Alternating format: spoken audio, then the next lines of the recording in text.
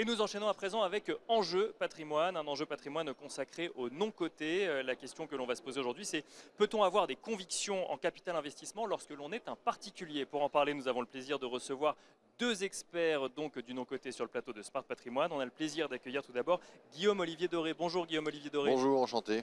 Vous êtes Chief Investment Officer chez Tudigo et à vos côtés, on a le plaisir d'accueillir également Julien Potier. Bonjour Julien Potier. Bonjour Nicolas. Vous êtes directeur général adjoint de Nextstage Asset Management. Alors, la différence entre Tudigo et Nextstage AM, c'est que Tudigo s'adresse essentiellement aux particuliers via une plateforme, là où Nextstage est un fonds de private equity plus classique, si je puis dire. Alors plus classique oui, mais à destination d'une clientèle à la fois institutionnelle, mais aussi d'épargnants particuliers via nos partenaires distributeurs. Même question pour tous les deux, est-ce que vous sentez depuis 2023-2024 cette appétence monter pour le non-coté de la part des investisseurs particuliers? Peut-être Guillaume-Olivier Doré pour commencer. Oui, effectivement, depuis maintenant, même plus que ça, 4-5 ans, le monde du capital investissement a découvert les particuliers, a redécouvert les particuliers.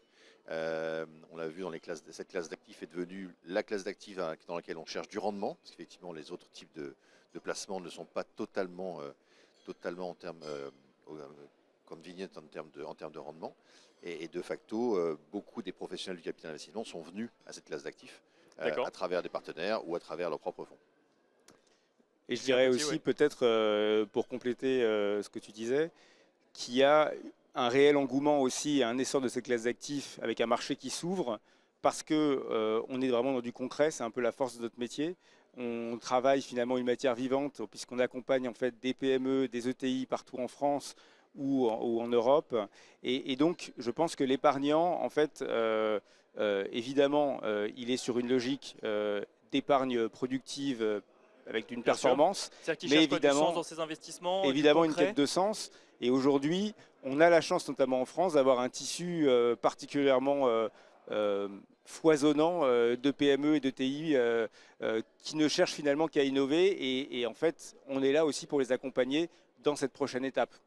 Et avec un secteur, Guillaume-Olivier Doré, on le voit régulièrement avec France Invest, qui accueille les particuliers, qui est content de voir aussi leur épargne se flécher de plus en plus vers... Le capital investissement accueille les particuliers avec bras ouverts depuis maintenant effectivement 4-5 ans. Avec la classe d'actifs est extrêmement vaste. C'est-à-dire que ça va effectivement des startups, parce que c'est aussi ça qui a démocratisé un peu l'investissement de nos côtés, c'est des startups au départ. Mais on n'investit pas que dans des startups quand on fait du capital investissement. Évidemment, entreprises de croissance, PME, ETI. Donc maintenant la classe d'actifs est ouverte à toutes les classes d'actifs sont ouvertes aux particuliers à travers des plateformes comme Tudigo, mais à travers des fonds d'investissement comme nous, comme nos deux partenaires en ont aussi, ou à travers des gens qui font des groupements de structures. On a aujourd'hui une classe d'actifs qui est complètement ouverte aux particuliers, avec des fonds qui sont devenus des fonds maintenant agréés par l'AMF, et l'AMF a accepté que les particuliers aillent de plus en plus sur ces projets. Donc en plus, c'est contrôlé et organisé à travers l'autorité des marchés financiers. Quand on fait du capital investissement, maintenant, le particulier fait partie de l'équation, Julien Potier? Évidemment, et on salue évidemment toutes les évolutions réglementaires avec la loi PAC dès 2019 et maintenant la loi Industrie verte qui a été annoncée fin 2024. Ouais. Donc ça va dans le bon sens. Nous, effectivement, chez Nextstage, ça fait une dizaine d'années en fait, qu'on travaille pour essayer justement d'intégrer cette classe d'actifs dans l'assurance vie, dans le plan épargne retraite. Donc oui, un grand oui. Aujourd'hui, c'est plus ou moins chose faite quand même sur ces sujets-là. Donc ça montre qu'il y a de l'évolution réglementaire, on en parle de plus en plus, il y a cette volonté du secteur, aussi du secteur de la gestion de patrimoine. Est-ce que pour autant, quand on est particulier et qu'on va sur cette classe d'actifs qui était avant une classe d'actifs destinée aux professionnels, on a la possibilité d'avoir des convictions d'investissement, ou je poserais même ma question un peu différemment pour les deux professionnels que vous êtes.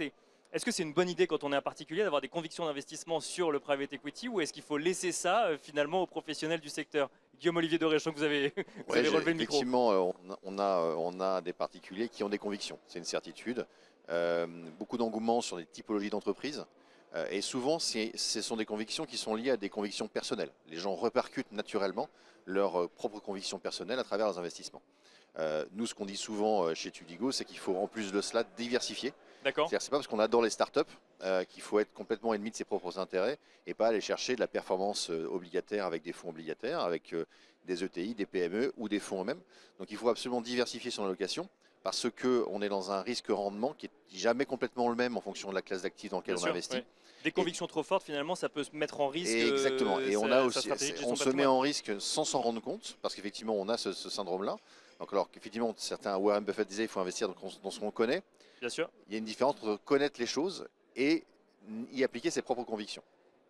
En fait, je dirais que ça demande aussi énormément de pédagogie, de la pédagogie de notre part, nous, en tant qu'investisseurs, vis-à-vis de nos clients.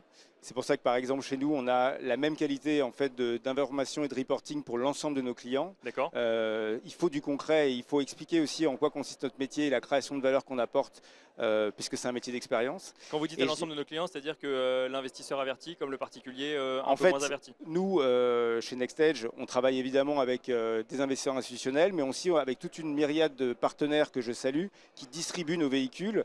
Et en fait, on les accompagne aussi en animation commerciale pour aller voir aussi les conseillers et les clients finaux et leur expliquer aussi les différentes catégories au sein du capital investissement. Nous, chez NextEdge, on fait du capital développement. Donc c'est vraiment la phase finalement d'accélération très forte et de changement d'étape d'une PME. Et donc cette pédagogie, elle est juste clé. Et oui, je dirais que rien que ça, c'est pas forcément évident à comprendre pour un particulier, de comprendre pourquoi est-ce que c'est intéressant de se positionner sur ce moment précis de l'entreprise et pas les startups dont on parlait avant, ou alors l'ETI qui sera peut-être moins risqué potentiellement. Oui, et surtout parce qu'il faut quand même rappeler qu'on est sur un investissement qui est à une relative illiquidité, qui a un horizon de placement qui est plutôt long terme, et que même si évidemment les statistiques, notamment de France Invest, montrent que c'est une catégorie qui surperforme les autres classes d'actifs, la performance n'est jamais sécurisée en fait. Bien sûr, donc, oui, bien sûr. C'est pour ça que la pédagogie est vraiment clé, notamment vis-à-vis des épargnants particuliers, sur cette classe d'actifs. Guillaume-Olivier Doré, quand on parle de private equity ou de non-coté ou de capital investissement à des particuliers, on entend souvent surperformance par rapport à d'autres classes d'actifs, effectivement. Alors on regarde aussi la performance au global du secteur, pas forcément ce qui est adressé aux particuliers, mais aussi illiquidité. C'est bien deux choses, enfin c'est surtout le deuxième point qu'il faut avoir en tête lorsqu'on investit dans une entreprise. C'est du temps long et il faut accepter le temps de développement de l'entreprise. Oui, il faut accepter le temps de développement de l'entreprise et surtout le temps de la création de valeur. Au-delà même de l'entreprise elle-même qui se développe, il faut que ça se matérialise dans les chiffres et dans la création de valeur pour l'investisseur. Donc il est extrêmement important effectivement d'avoir ce travail pédagogique en expliquant que ce sont des cycles longs.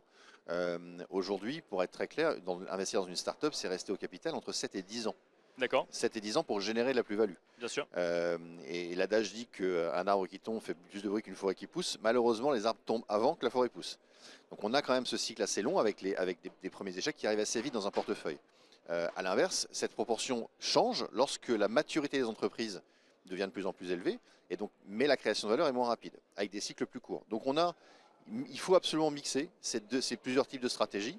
Et aujourd'hui, de plus en plus, en tout cas nous chez Tudigo, on a de plus en plus de choses qui se ressemblent plus à des PME de croissance. Des entreprises qui sont déjà installées, qui ont pignon sur rue, qui sont déjà rentables et qui ne dépendent pas du coup de l'investissement qui va être fait dedans, mais qui va leur permettre d'accélérer. Donc c'est effectivement du capital croissance. Non, mais peut-être en donnant des exemples concrets, vous avez accueilli tout à l'heure nos amis de chez Irbis Finance, qui est une société dans laquelle qu'on accompagne depuis de longues années et qui est devenue aujourd'hui effectivement le premier distributeur de produits de solutions d'investissement pour l'assurance vie et le PER.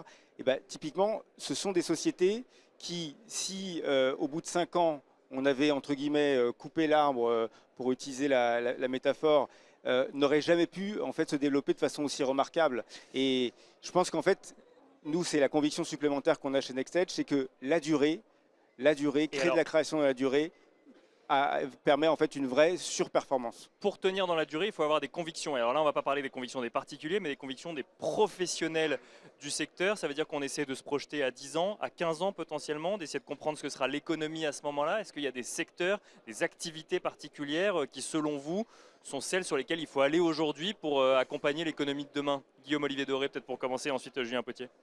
Alors, les secteurs porteurs sont évidemment les secteurs de la santé, tout ce qui touche à la santé, et au rétablissement du fonctionnement de l'homme et de la société en règle générale.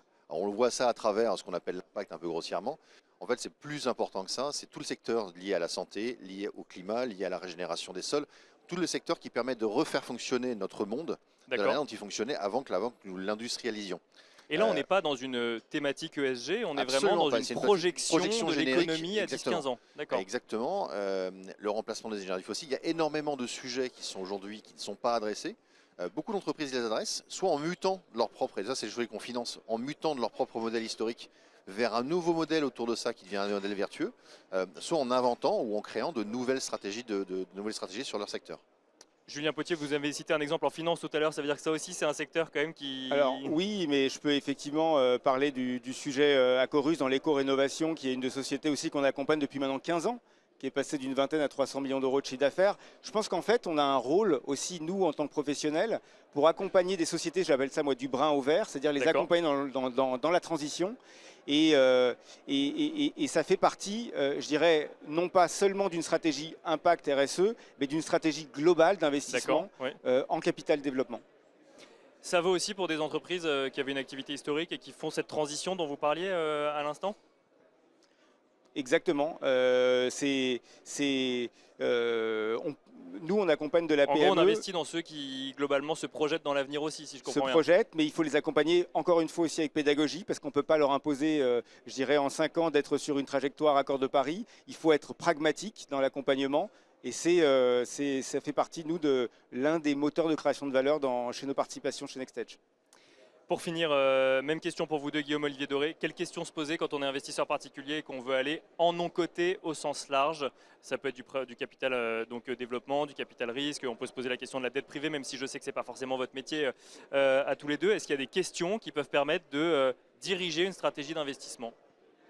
Je pense que la première question à se poser pour un particulier, c'est ce fameux équilibre entre liquidité et performance. Lorsqu'on a 100 euros à investir, on ne met pas 100 euros dans un même actif. On met pas ces deux dans le même panier. On revient à des choses assez basiques finalement. Bien sûr.